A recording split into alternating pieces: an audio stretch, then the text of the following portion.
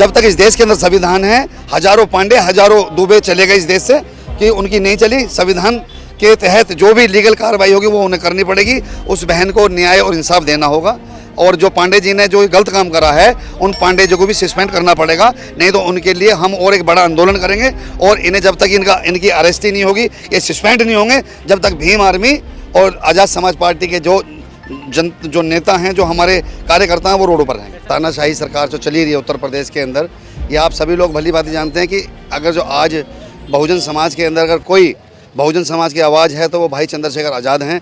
और फिर लोकतंत्र के अंदर हम अपने परिवार से मिलने नहीं जा सकते। जो एक इतनी बड़ी दुखद घटना है कि एक बेटी को किडनैप करके उसका रेप कर दिया जाता है, उसे मार दिया जाता है, उसके बाद अगर जो हमारे समाज के लीडर, हमारे अपने भाई अगर अपने परिवार से दुखी आदमी से मिलना चाहते हैं तो वहाँ पर उन्हें अरेस्ट कर लिया जाता है, उन्हें बंद कर दिया जाता है।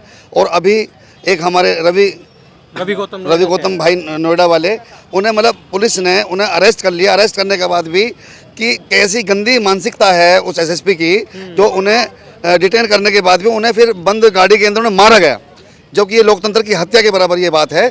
और यहाँ पर तो गुंडाई सरकार है ही उत्तर प्रदेश के अंदर, सब लोग जानते हैं, तो यहाँ तो कहने वाली बात नहीं है। कहाँ गुंडाई है? बुलडोजर चल जाता है जहाँ सोच रहा। अरे बुलडोजर सिर्फ चलता है मुस्लिम समाज के लिए, एससी समाज के लिए, लेकिन जो यहाँ पर सत्तासीन लोग हैं, जो अपने आप को उच्च कोटि के लोग बोलते हैं, उनके लिए कोई बुलडोजर नहीं है, क्योंकि जो सत्ता के लोग हैं उनकी गोदी के अंदर बैठे हुए लोग हैं। आपको मालूम है कि कुछ साल पहले एक मनीषा कांड हुआ था।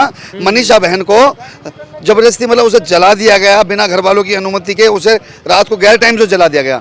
और फिर वो लोग आज बाहर घूम रहे हैं, उत्तर प्रदेश की सड़कों पर वो लोग घूम रहे हैं। उन लोगों को क्या बिगाड़ लिया डबल इंजन की सरकार ने?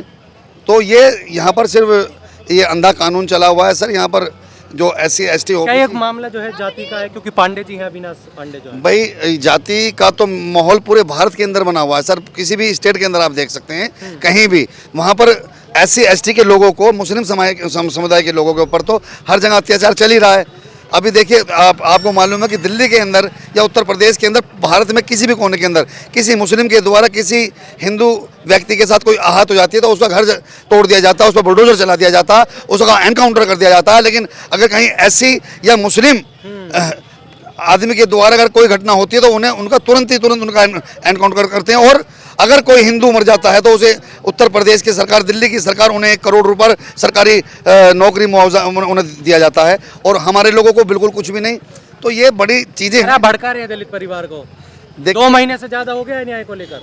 सर देखिए, ये तो आप जानते हैं कि इस देश के अंदर अगर जो दलित की आवाज़ बनने की कोशिश करी जाएगी उन लोगों को, तो ये कहीं ना कहीं संगठन के माध्यम से अपने की मतलब ये आतंकवादी हैं। आज भीम आर्मी क्या जमीनी स्तर पर सब लोगों के लिए खड़ी हुई है, SC ST OBC के लिए, माइनॉरिटी के लिए, उसे कहते हैं कि ये आतंकवादी संगठन है। लेकिन जो बजरंग दल, शिवसेना, करनी सेना, ये इतनी जो सेनाएं इन्होंने बनाई हुई हैं, वो आज कहाँ हैं? किसी भी जमीनी स्तर पर कभी आपको दिखाई दिए कि किसी भी बहन बेटी का रेप होता है, या किसी भी अभी जैसे कि एक नया सामने आया हुआ है, एक मैं छोटी सी बात बताना चाहता हूँ कि राम मंदिर के ऊपर देखिए, राम मंदिर जब बना वो भी संविधान के सहारे से राम मंदिर बना, और आज राम के मंदिर में चोरी करने वाले भी अगर पकड़े जाएंगे वो भी संविधान के द्वारा पकड़े जाएंगे। जो उन्होंने अपनी नीतियों के द्वारा जो अपने लोग वहाँ बिठाए हुए हैं, वो लोग सिर्फ देश के अंदर भाईचारा खत्म करने का काम करते हैं यहाँ पर, क्योंकि वो इस देश के लोग हैं ही नहीं। इस देश से उन्हें प्यार क्या होगा? वो तो इस देश के लोग नहीं है ना। यहाँ के बहुजन समाज के लोग, जो यहाँ के मूल निवासी लोग हैं, इस जल जंगल जमीन के जो लोग हैं, वो उन लोगों का तो आज तक अभी नंबर ही नहीं आया।